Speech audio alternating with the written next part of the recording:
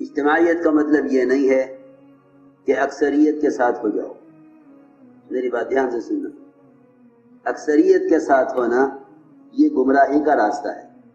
اس لیے کہ کسی ایک طرف آدمی کا مائل ہو جانا یہ دیکھ کر کہ کدھر اقلیت ہے کدھر اکثریت ہے، یہ اہل دنیا کا اور سیاست کا مزاج ہے.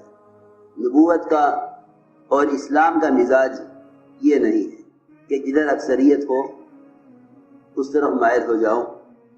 یہ اسلام کا مزاج نہیں ہے، یہ کفر کا مزاج ہے کہ جس طرف اکثریت ہو اس طرف ہو جاؤ، کیونکہ کفر کا خیال یہ ہے کہ جو اکثریت میں ہوں گے وہ غالب آ جائیں گے.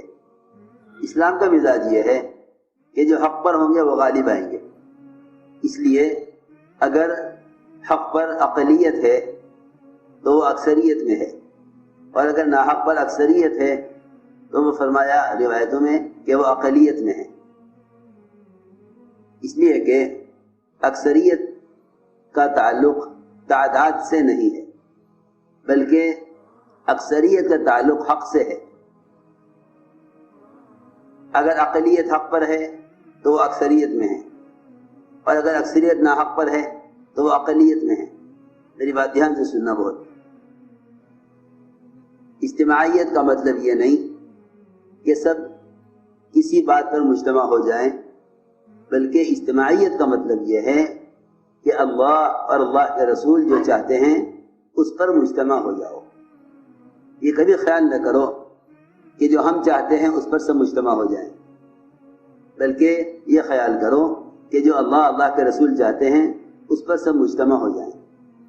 اجتماعیت جمع ہونے کو نہیں کہتے، بلکہ اجتماعیت کہتے ہیں اس مزاج دعوت پر، اس طریقہ دعوت پر امت مجتمع ہو جائے جو طریقہ دعوت محمد صلی اللہ علیہ وسلم اور آپ کے صحابہ کا ہے.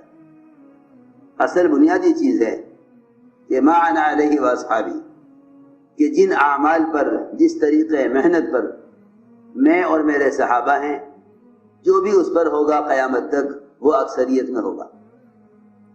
ہمارے تھے ایک پرانے ذمہ دار مولانا الیاس صاحب کے بڑے معتمد زین العابدین صاحب رحمۃ اللہ علیہ، اور فرمایا کرتے تھے کہ جب بھی کوئی بات سامنے آتی ہے ہم صرف دو جگہ دیکھتے ہیں، ایک اوپر دیکھتے ہیں ایک نیچے دیکھتے ہیں. اوپر یہ دیکھتے ہیں کہ یہ بات صحابہ کی زندگی میں اور محمد صلی اللہ علیہ وسلم کے افعال یا آپ کے اقوال میں کہاں ہے، اور نیچے دیکھتے ہیں کہ آیا مولانا الیاس صاحب، مولانا یوسف صاحب رحمۃ اللہ علیہ ان دو حضرات کی ہدایات میں یہ بات ہے یا نہیں ہے. جو چیز ہمیں یہاں مل جاتی ہے ہم اس کو اختیار کر لیتے ہیں، کیونکہ امت کی اجتماعیت یہ نہیں ہے کہ جس چیز کو چاہیں اس پر مجتمع ہو جائیں، بلکہ امت کی اجتماعیت یہ ہے کہ جس پر محمد صلی اللہ علیہ وسلم اور آپ کے صحابہ تھے امت اس پر آ جائے.